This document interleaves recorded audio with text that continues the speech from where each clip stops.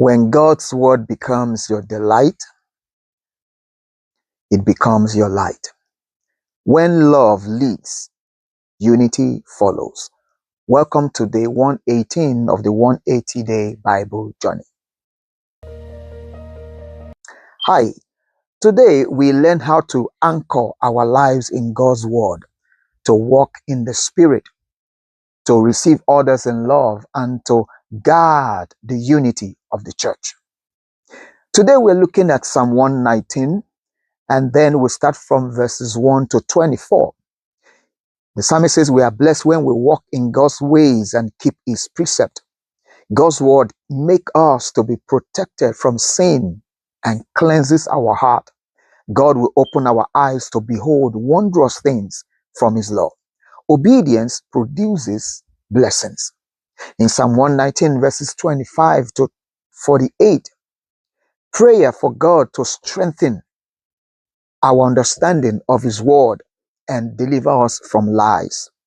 God will turn us away from worthless things and establish his word as we observe and as we keep it, which enables us to walk in liberty. The word of God emboldens us to declare his testimonies.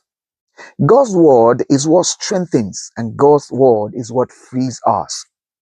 In Psalm 119 verses 49 to 72, the word of God brings hope, it brings life, and it brings comfort even when we are being afflicted.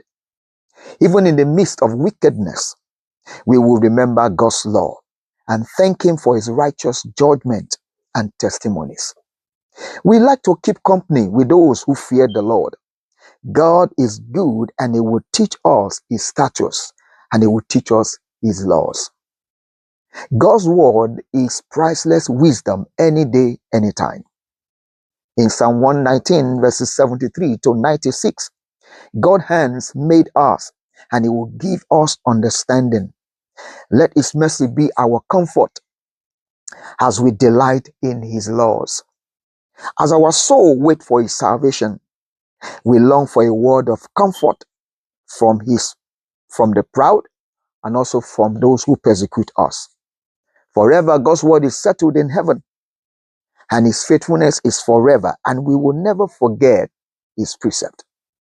God's word is what sustains us through every season of our lives.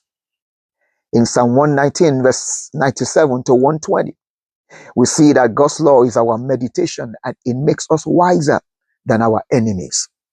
It also gives us understanding much more than our peers or our teachers.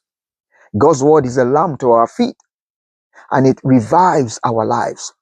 God will uphold us by his word, and we will live, and then we will be saved. God's word is what illuminates our path.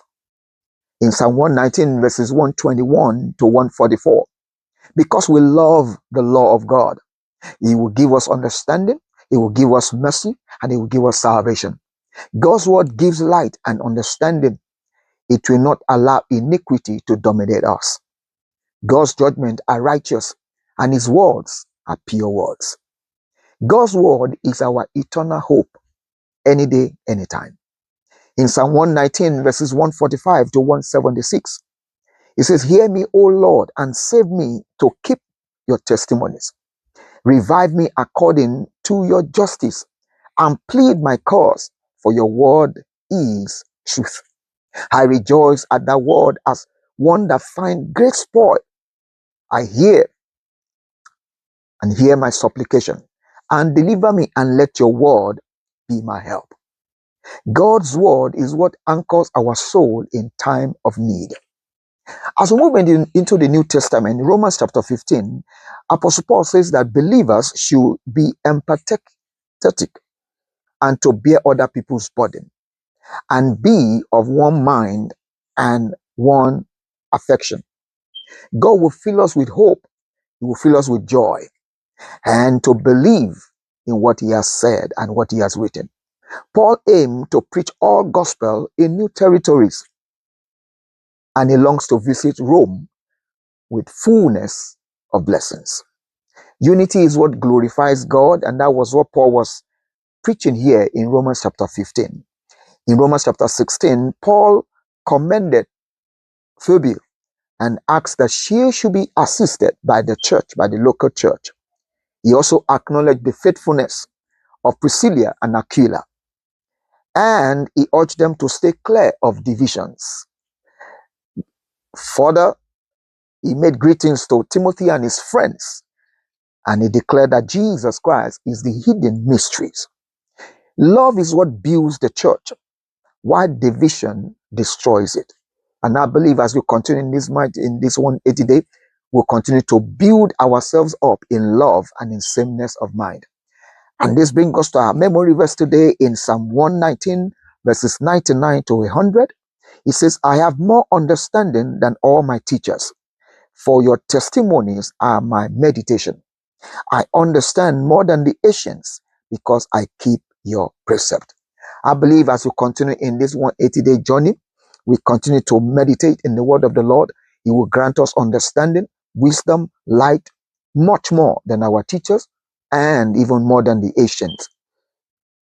And I'm glad that you're here. My name is Alan Olonshola, and I thank you, and I look forward to seeing you tomorrow. Until then, God bless you and have a good day.